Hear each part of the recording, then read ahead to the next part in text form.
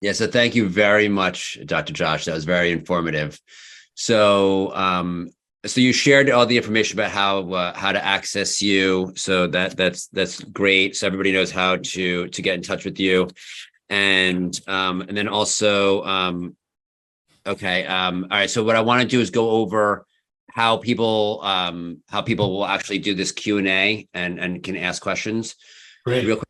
So we do not take questions directly from the chat. So if you wish to ask a question, please raise your hand. If you don't know how to do that, what you need to do is go to the second button, bottom from the right.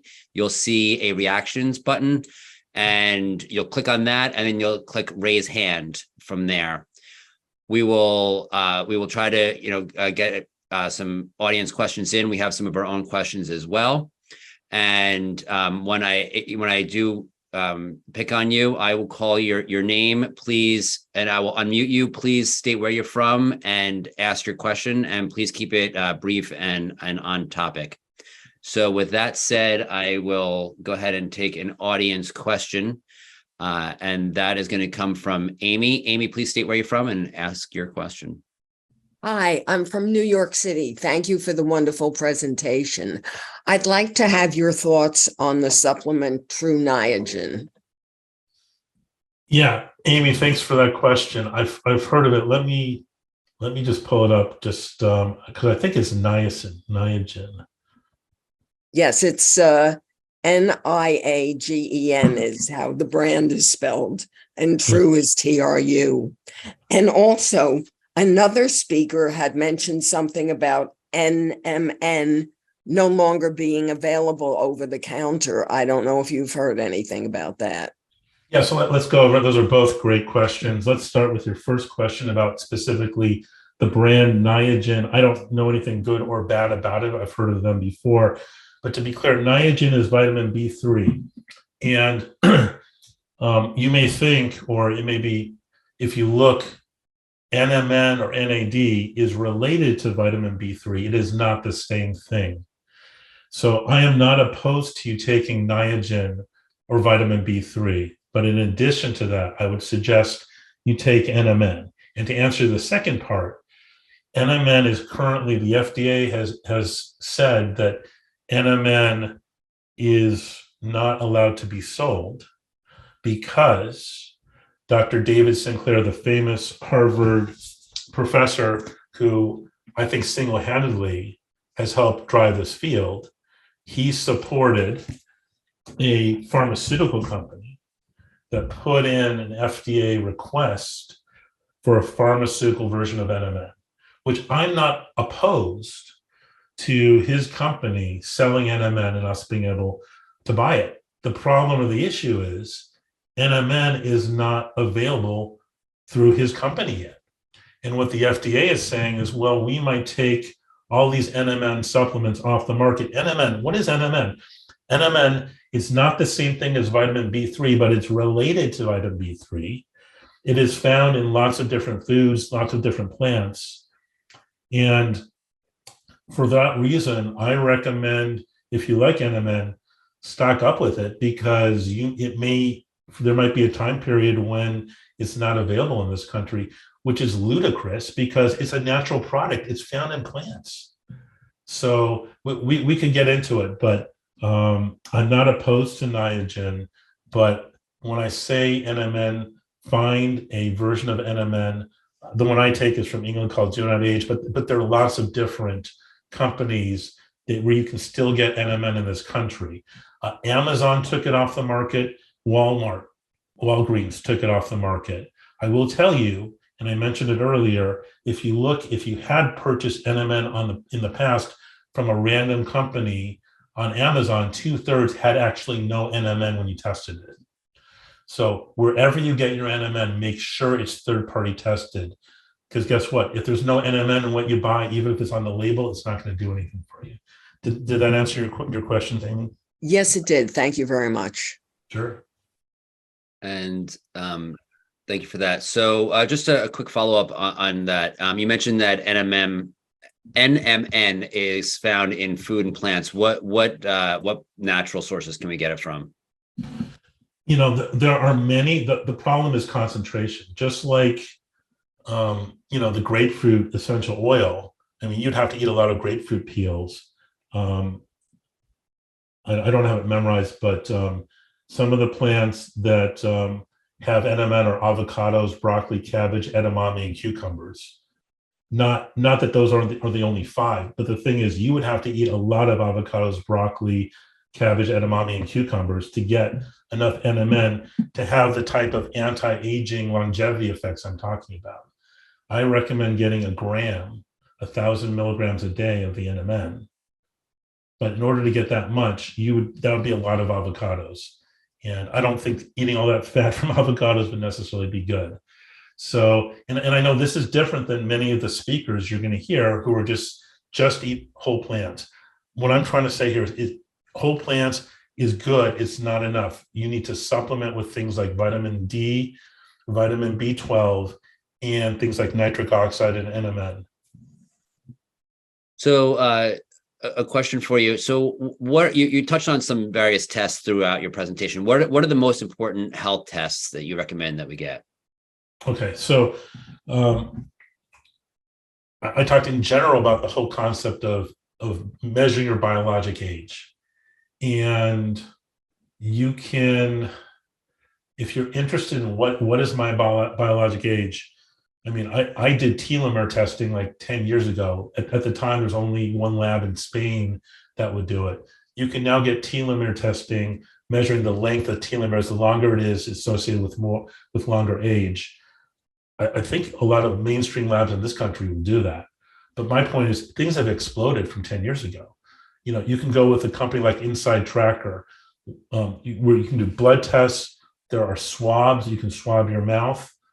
But in terms of biologic age, one of the key things you do is to measure your blood sugar throughout the day, whether that's through this new company that I mentioned from Taiwan, where you're measuring just through light, or if you're measuring a continuous glucose monitor, or another test that you can do to measure your blood sugar over the last 3 months. That's called a hemoglobin A1C. That's pretty mainstream now. It measures how it's one of the glycation end products where glucose will get added to hemoglobin, which is in your bloodstream. So if you had to pick one test, I would look at your hemoglobin A1C, and we use that to figure out if you're diabetic or pre-diabetic.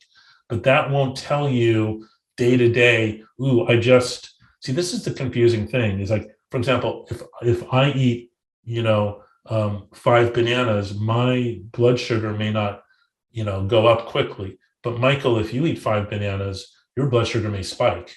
And there's no way by looking at the banana to know that. And there's no way to know it unless you test it. I mean, you can look up in books and it'll tell you the glucose index, the GI for bananas, but that doesn't matter. What matters is what happens with you and me. And a lot of that is based on how good and how sensitive an insulin program we have and how much fat we have in our muscle cells. So I know this is confusing, but if I had to pick one type of testing, I would look at your blood glucose monitor throughout the day. Thank you for that. And what if you get I'm not sure if I'm saying this correctly, Gallery cancer test, and it says that it sees something? What are the next steps? How advanced, how early may that cancer be? Is it something that you need to actively take care of? And then what kind of cancer treatments would you suggest to handle that? Okay, and that's a great question, because the Gallery test for like 50 plus different types of cancers. And we call that a liquid biopsy, as in it's a liquid. Blood is a liquid that you're sending to the lab, and they're doing it within a couple of weeks. All right, so what I would do, let's say, I recently had the Gallery test on myself and I was negative, which was reassuring, but let's say one of those 50 tests came back positive. What I would do is I would go to a traditional oncologist. I would see what traditional medicine has to offer, but I would also go to a holistic or integrative oncologist to find out what the alternatives are too. And the whole point behind doing this testing is to catch it early. And guess what? If this cancer is already in your blood, by definition, it's spread to the point where you can detect it in blood. So for example, if it's breast cancer, I would go to an oncologist who specializes in breast cancer, but I wouldn't stop there. I would learn what all my options are, because what I found is most traditional oncologists, they're going to go by the book. They're not going to tell you about being able to non-traditional approaches, some certain vaccines, DNA, RNA therapy. So this is a cutting edge, but the whole point is, if you get a positive test, then you can actually take action. And what I'm trying to say is I have nothing against traditional oncologists, but I feel like they operate in a box in that it has to go through the whole traditional FDA process, and any new treatments get de-emphasized. Did that answer your question, Michael? Yeah, it's definitely a start. I realize it's a complex question. So the next question is coming from Cheryl. Cheryl, please state where you're from and ask your question. Hi, Dr. Josh. I'm from Santa Rosa, California, and we miss you here. It's great to see you today. Thanks, Cheryl. My question is about raw food diets, and I'm specifically thinking about the work of Doctors Rick and Karen Dina on raw food education, which I think you're probably familiar with. And so if I'm 70, I've made it to age 70, I have no health issues, my labs are great, I'm doing a 5-day water-only fast once a year, would there be any benefit for me wanting to live to 100 and beyond, which I love your optimistic attitude about? Would there be any benefit in me moving toward more raw food, like toward high raw or all raw? Yeah, Cheryl, I think there is. I think there is a benefit to moving towards high raw, and I'll tell you why. If you look at the longevity studies in general for humans and in general, a lot of it is about calorie density and caloric consumption. If you're eating a high raw diet, unless you're going, too much on the avocados and nuts, the amount of calories you're consuming is going to be limited. Plus, the phytonutrients in the plants, I think, definitely contribute towards longevity. So I can't quote you a study, but even if you go high raw, I still want you to supplement with nitric oxide and NMN, because I don't care how many vegetables you're eating. I don't think you're going to get to 1,000 milligrams of NMN every day.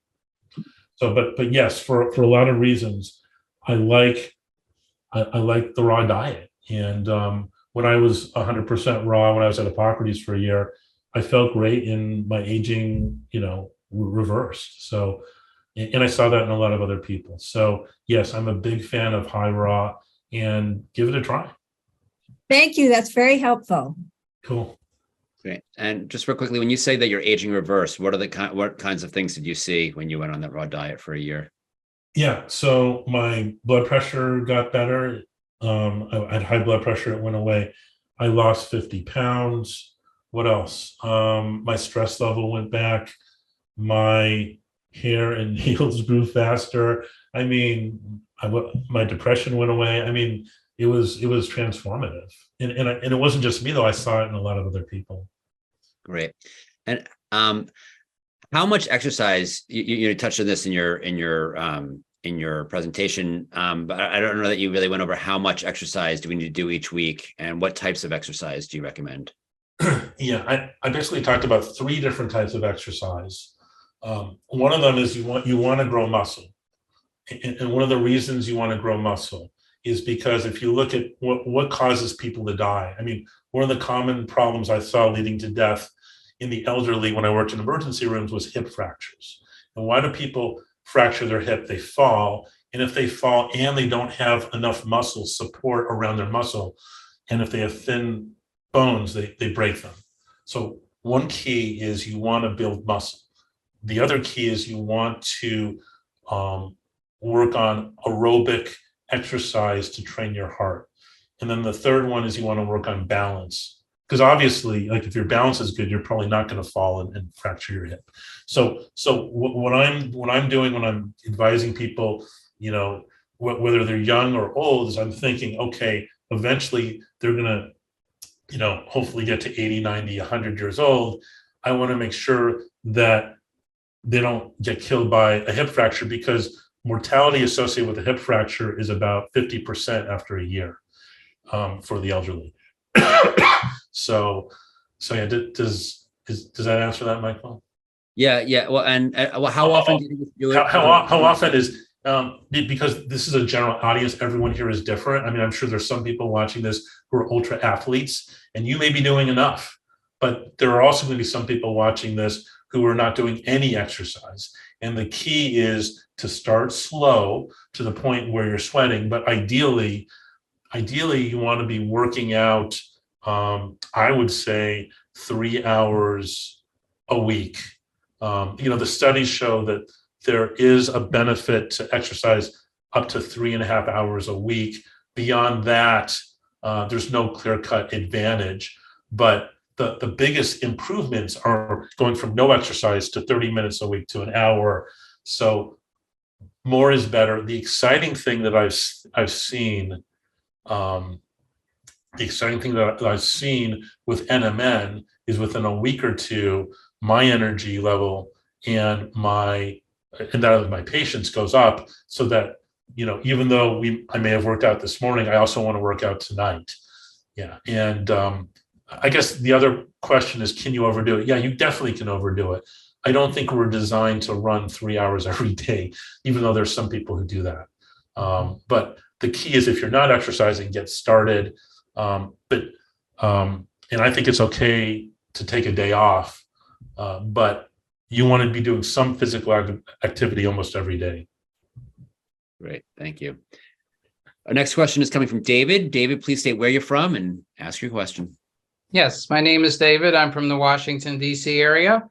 And one of my basic questions has to do with detoxing toxins, if you will.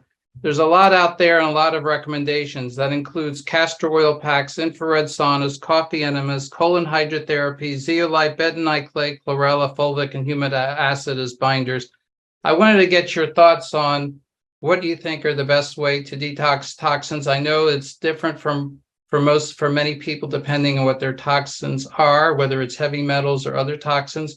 But I wanted to get your thoughts on just generally what are the best ways you think are best. And secondly, do you think the mini trampoline is the best form of exercise because it helps your lymphatic system? Yeah, David, thank you for that question. And literally, I could talk for hours on this, but let me just try to answer a few of your questions. Number one, I'm a fan of the trampoline, not just for lymphatics, but I've seen it improve people's brain function, resetting. There's something about repetitive movement. I've talked to eye doctors who've been able to get people with seizures to make them go away, to improve their vision through trampolines. So yes, I'm a big fan of trampolines. In terms of favorite ways to detoxify, I think I like everything that you mentioned.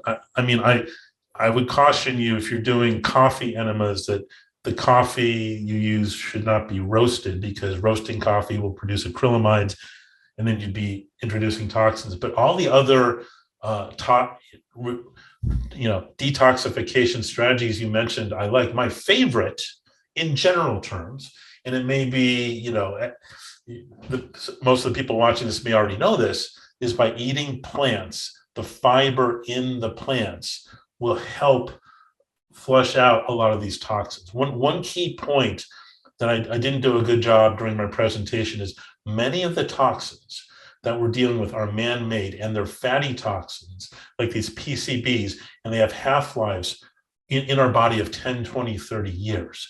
So we're not just dealing with the toxins. Let's say we live in a moldy environment. We're not just dealing with the toxins today. We may be dealing with the toxins when we were a little boy or a little girl, or fatty toxins that were passed on to us through breastfeeding or in utero. So, and by the way, I'm a big fan of breastfeeding, so don't take that away. But it's hard to pick just one or two detoxification strategies, because what I find is when I see patients with chronic neurologic problems, whether that's Parkinson's or brain fog from Lyme disease or mold toxicity, it's not just those things, it's also petrochemical toxicity. And to try to get these fatty toxins out, often you have to do a dozen different detoxification strategies, including saunas, including binders, including eating lots of plants that have fiber, including doing colonics, including taking NMN or glutathione to help your body's natural detoxification system. So I hope that answers that, David. Yeah, just one quick comment, what you just said. My eye doctor, my holistic eye doctor, in his blog, he did say the mini tramp helps with glaucoma.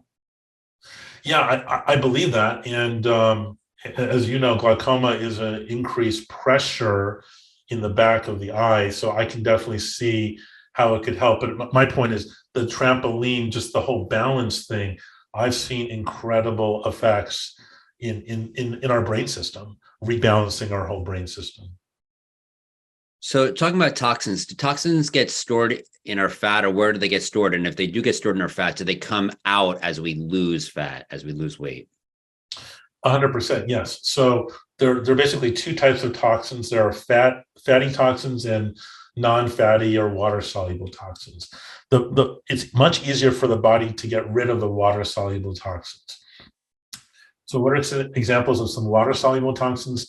Things like glyphosate or Roundup is water-soluble. So that's going to be easier to get rid of your system. And you're exactly right. Let's say you have a lot of extra fat on your body and you lose fat, you lose weight through your fat. Like for example, when I did a 10-day water fast at True North, I mobilized a lot of my visceral fat. And I'm sure I had fatty toxins stored in that visceral fat that got mobilized and pushed out during the fast. Remind me of the question, Michael. I'm sorry. Well, basically was, do they get stored in your fat, which you're saying that the fatty soluble toxins do get stored in your fat. And then when you lose weight, do these toxins come back out of those fat cells and into your bloodstream essentially? Yeah, and the answer is definitely yes, Michael.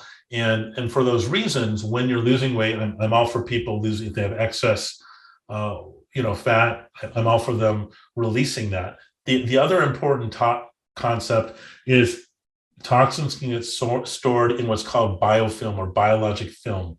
Bacteria in your body, whether in your bloodstream or in your mouth, forms a protective layer around a biologic film. And that's why we brush our teeth, hopefully a couple of times a day, is to get rid of the biofilm in our mouth. But you can also have biofilm in your body, in your brain, in your heart, basically almost anywhere in your body, you can get this biofilm. Within this biofilm, you can have toxins. Let me give you an example. Even though it's a gross concept, especially on a Saturday morning, many of us have parasites. We've eaten, raw fish in the past, or we got bit by mosquitoes. Many of us have parasites. Many of those parasites will store heavy metals and other toxins that they will use to fight other bacteria. And so if you kill parasites, which are part of the biofilm, that can also release toxins. So before I treat patients for a lot of these infections, I will often remove toxins first, because I know when I help them bust the biofilm using nitric oxide or other strategies, that they're going to get a whole release of these biofilms that have toxins that built up over many, many years of their life.